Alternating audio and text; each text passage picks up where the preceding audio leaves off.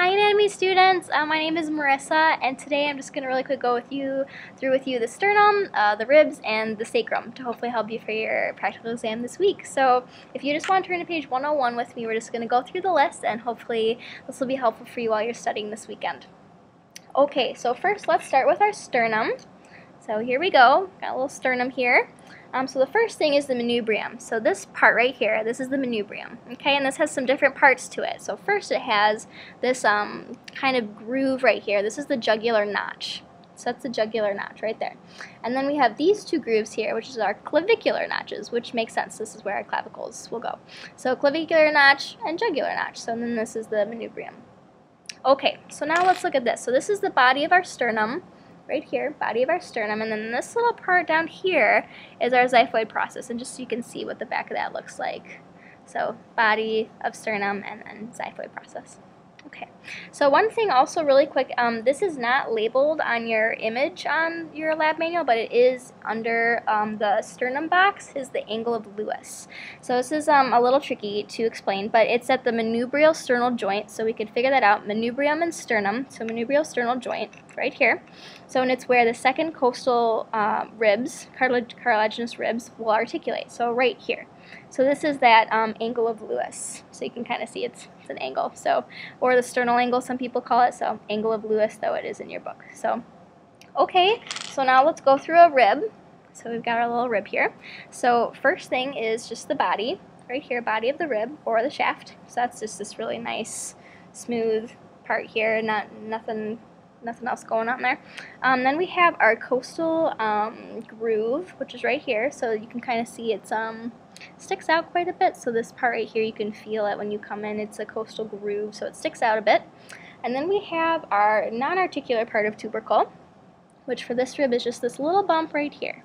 It doesn't stick out very much, but you can still tell it's there. So this is that non-articular part of tubercle. And then up here, there's a big bump. So this is our articular part of the tubercle. So right here, our articular part of tubercle. And then we have our neck right here. This is the neck of the rib, and then this is the head. So there you go, that's a part of the ribs. So now let's flip over to page 105, and we'll go over our sacrum. Okay, so first thing, let's look at it anteriorly. So in the body, this is anterior, and then this would be posterior. So anterior, just like this. So first thing is the body of the first sacral vertebrae. So that's just right here, and you can see the vertebral body, so a body of first sacral vertebrae, right there. So then we have our transverse lines, which are, if you can see, these transverse lines that go right here. So these are the transverse lines. So they kind of just go across that anterior part of the sternum. Transverse lines. Okay. So then we have our ventral sacral foramina. So those are just these holes, these little holes here, ventral sacral foramina, all across there. Yep, ventral sacral foramina. Then we have our coccyx down here, right here, just this little guy, little coccyx. And then let's look at the posterior side now. So this gets a little bit trickier. So we have our sacral canal, which is actually right here, so what my finger's in right now, sacral canal. So it goes behind that posterior to that body of the first sacral vertebrae. So that's that sacral canal. Okay, then we have the median sacral crest, which is just this line right here, median sacral crest, right there. And then we have our dorsal sacral foramina, which are these guys. So note that they're the same holes, but they're different names if it's posterior or anterior. So posteriorly, they're the dorsal sacral foramina, and on this side, they're the ventral sacral foramina. So yeah.